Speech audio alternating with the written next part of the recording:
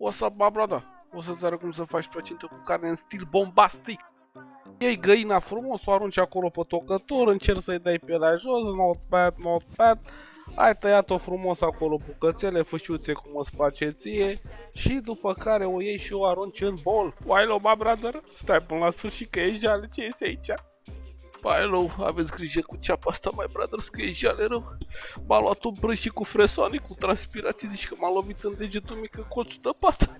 Aveți grijă. Wilo, bine că am terminat cu ceapa aia, my brothers, că m-am luat cu toate nădușile de nou, mai nu mă știu de viața mea. So, what you have to do further, my brothers, stoccation, dardation, yes, la fel cum vă toacă mamele voastre ca să învățați, că altfel nu vă mai pune pachet.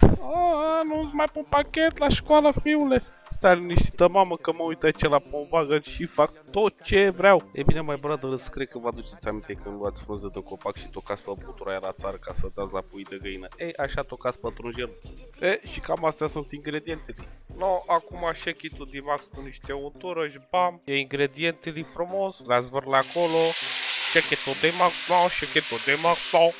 Hello, ce bine arată că mi-a dat hormonii cu stativ peste cap. Hello, my brothers, acum că e totul ready to go. Ai luat frumos tocătura de pui de găină, l-ai pus acolo și shake it to the max, my brothers. Look, take a look, my brothers. Oh my god. Toate ingredientele de umplutură, my brothers, sunt ready. Așa că e o leacă de untură de purcelul și tapetezi așa frumos pe foile tale de plăcintă. Eu am ales să folosesc 3 suprapuse, da?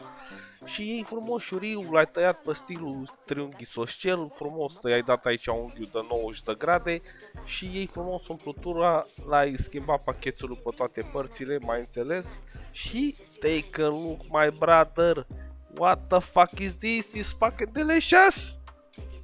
Eu o să dau pachetele mele cu niște protecție de asta solară mai specială să nu facă insolație când ne bag la air fryerii.